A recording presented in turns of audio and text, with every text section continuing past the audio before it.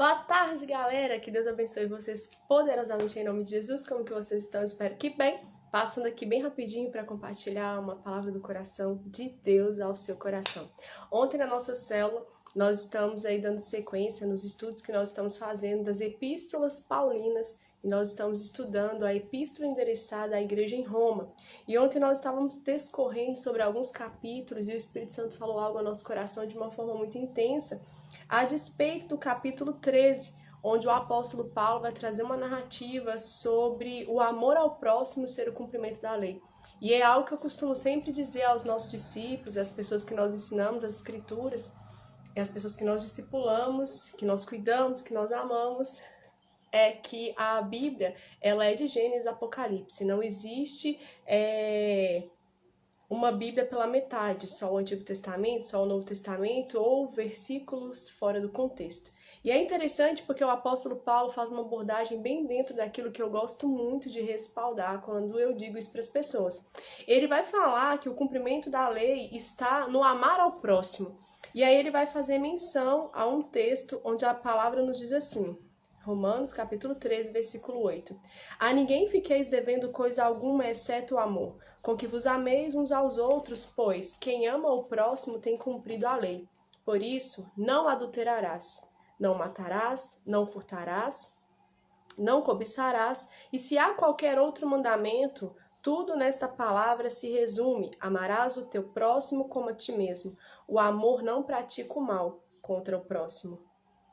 De sorte que o cumprimento da lei é o amor. E é interessante porque aqui ele vai fazer menção a um texto do Antigo Testamento que está em Êxodo 20, ali os 10 mandamentos, e ele está fazendo menção também a um texto do Novo Testamento em Mateus capítulo 22, a partir do versículo 34, onde o Senhor Jesus também declara sobre isso. Ele fala que agora a lei e os profetas se resumem em dois grandes mandamentos: amar a Deus acima de todas as coisas e ao próximo como a mim mesmo.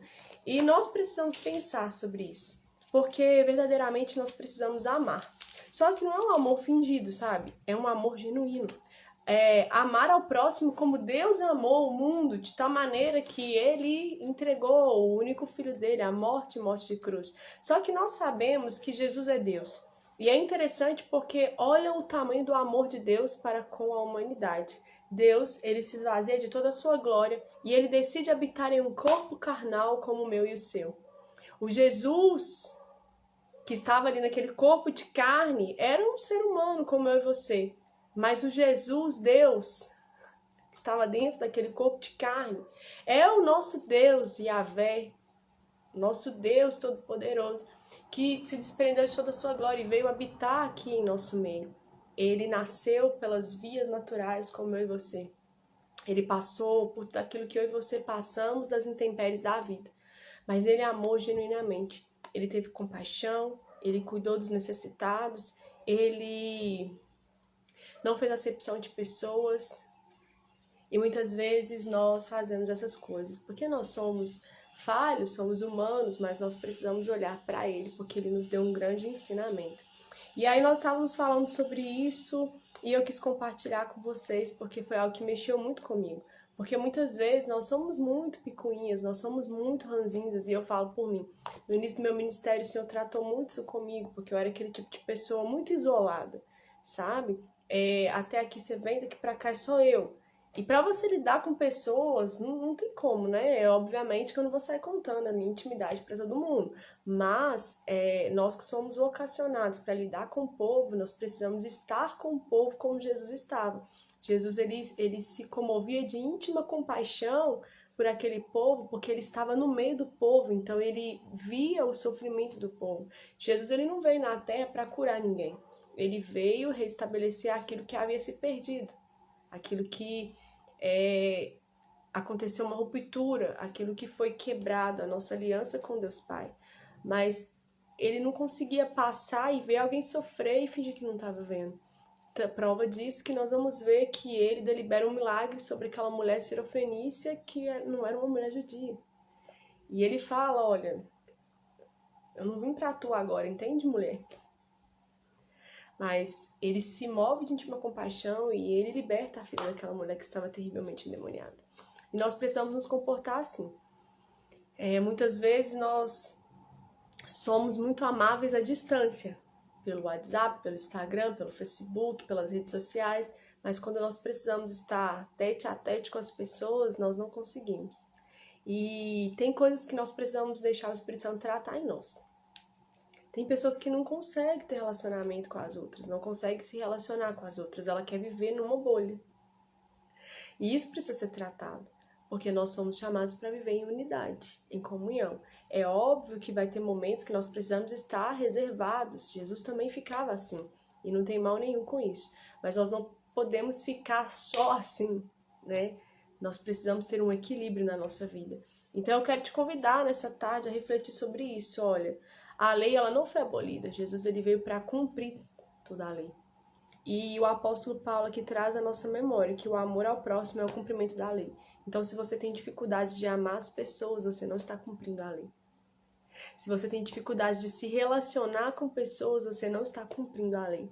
Eu quero ler com você o texto de Mateus, capítulo 22, que nos diz assim, o grande mandamento. Mateus, capítulo 22, a partir do versículo 34. Entretanto, os fariseus, sabendo que ele fizera calar os saduceus, reuniram-se em conselho. E um deles, intérprete da lei, experimentado, lhe perguntou, Mestre, qual é o grande mandamento na lei? Respondeu-lhe Jesus, amarás o Senhor teu Deus de todo o teu coração, de toda a tua alma e de todo o teu entendimento. Este é o grande primeiro mandamento. O segundo, semelhante a este é, amarás o teu próximo como a ti mesmo. Destes dois mandamentos dependem toda a lei. Então, nós precisamos entender isso. E como o apóstolo Paulo ele fala ali na epístola à igreja de Corinto, no capítulo 13, que ele vai discorrer para a gente sobre o supremo amor, sobre o perfeito amor, né? E nós precisamos aprender isso. Gente, nós somos muito falhos com essa questão de amar as pessoas. E principalmente amar aqueles que nos ofendem, aqueles que enchem o nosso saco, aqueles que nos perseguem. Então, nós precisamos rever o nosso conceito, e principalmente nós que lidamos com o povo, principalmente nós que temos um chamamento do céu para pastorear, para ministrar vidas, nós precisamos refletir se o nosso amor tem sido genuíno, se o nosso amor tem sido lero-lero, se o nosso amor tem sido na medida da nossa vontade. Porque Deus, ele se desprendeu de toda a sua glória para amar o ser humano. E o ser humano, gente, que não merece amor, nós sabemos bem disso, que nós somos tranqueiras. E é muito fácil eu vir aqui no Instagram e falar que te amo. Mas e quando você me manda um direct pedindo socorro de madrugada, será que eu vou te amar? Quando você me ligar de madrugada pedindo socorro, será que eu te amo? Nós precisamos entender o que é amor primeiro, para depois nós entendermos aquilo que o apóstolo Paulo está nos alertando, aquilo que ele está aqui chamando a nossa atenção. Que Deus te abençoe em nome de Jesus e que o Espírito Santo te ensine a amar genuinamente esse amor sacrificial, que não é na porção daquilo que eu quero fazer pelo outro, mas é na porção daquilo que eu preciso fazer pelo outro. Que Deus te abençoe em nome de Jesus. Beijo. Depois a gente vai falar um pouquinho mais sobre isso, tá? Eu passei rapidinho, só para deixar isso para vocês, porque a gente já tá de saída também, a gente está indo para São Paulo hoje, para a glória de Deus, ore por nós, para que tudo corra bem lá. Que Deus abençoe vocês assim infinitamente e que você peça ao Espírito Santo para que ele te ensine a amar as pessoas de verdade, para que você se relacione com as pessoas, para que você não viva dentro de uma bolha, se relacionando só com aquelas pessoas que você quer se relacionar, só com o clubinho social da tua igreja, principalmente se você é um pastor. Que Deus te abençoe, Beijo!